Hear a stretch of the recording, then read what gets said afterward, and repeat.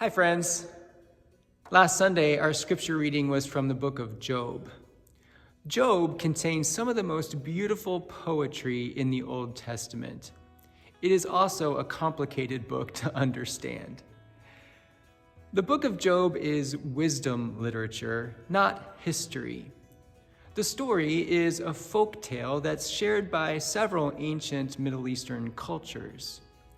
The Hebrews borrowed the tale and added theological poetry to impart wisdom about the kind of relationship with God that we are intended to develop.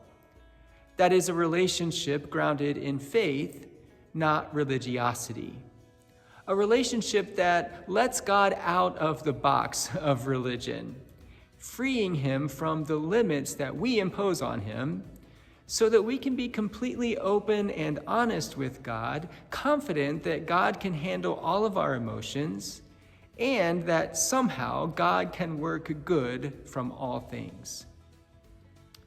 The story goes that Job was a righteous man who honored God and stayed away from evil. Job was also richly blessed.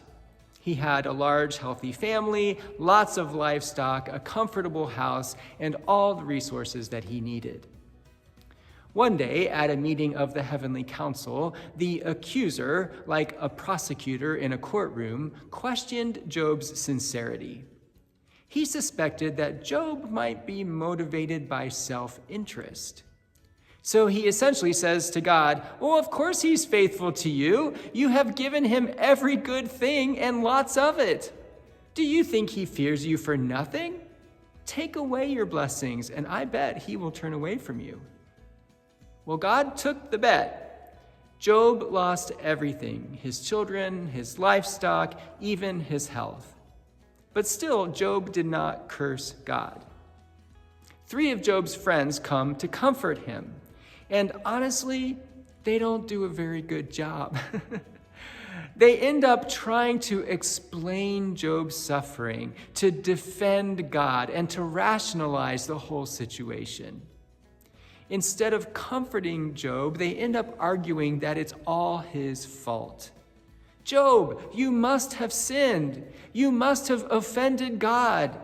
God is righteous and just. God wouldn't punish you unless you deserved it.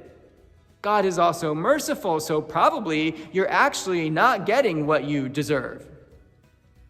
Now, Job's friends had good intentions. They wanted to comfort Job. But I think that Job's lament made them uncomfortable. So instead of being present with Job in his suffering and pain, they started talking. They ignored the brutality of his situation and made excuses for God. They spoke as if on God's behalf, but as Job pointed out, they spoke falsely and deceivingly. I bet that every single one of us has been in a situation in which we wish our friends would just be quiet and be with us. We usually need them more than their words. I also wonder how often we have been the friends who, when confronted with someone else's suffering or sorrow or pain, have said many things trying to be helpful, but really only intensifying the hurt rather than alleviating it. Job reminds us that when others are suffering, simply being present with them in silence is often a better and more honest response than anything we can say. Doing so is one way that we allow God to be God, instead of trying to take over ourselves. I'll leave you with what I shared with the children last Sunday. Think before you speak.